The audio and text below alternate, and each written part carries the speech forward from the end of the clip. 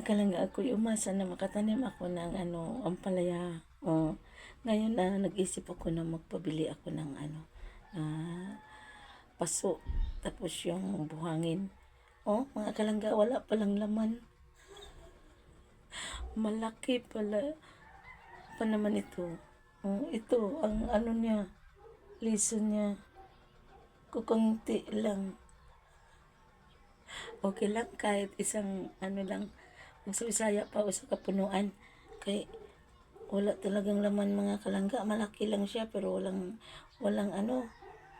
liso. Hindi tayo makabreeding nito. Buti kung sure din tayo na mo tubo. Pag sumibol. Sige kalangga. Ito na lang. Kahit isang puno na lang. Bili ako ng paso na malaki.